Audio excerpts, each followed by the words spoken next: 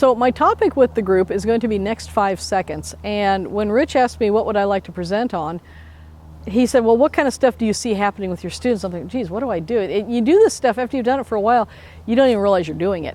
And so finally, it just hit me driving home one night, and I texted him, I said, what do you think of the next 5 seconds? He's like, okay, what on earth is that?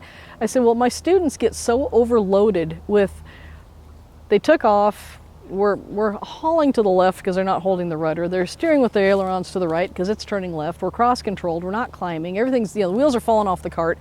And so it finally occurred to me, it's like, you know what, they're trying to think of too many things at once. So let's just make the next 5 seconds perfect.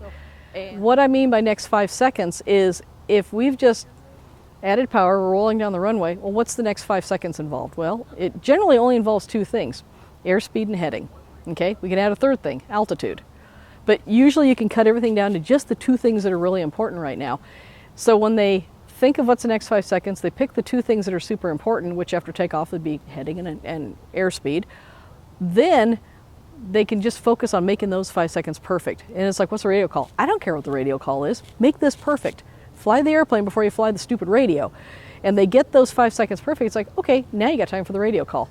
And they don't miss radio calls, but they also don't miss the fact that they're climbing too fast, not holding the airplane straight, all that kind of stuff. So that's what next 5 seconds is all about. It's just after you've accomplished that 5 seconds, okay, what's the 5 seconds that comes after that? Everyone thinks pilots are super fast and super smart. Okay, we're neither. Okay, I am the biggest sloth ever born when it comes to being a pilot. And you don't have to do things fast, you just have to do them right.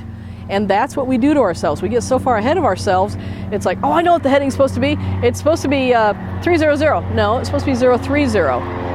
You got ahead of yourself there. And so now instead of flying a crosswind, you just hung a U-turn off of runway 12. So don't get ahead of yourself. You want to stay ahead just as far as you need to be ahead.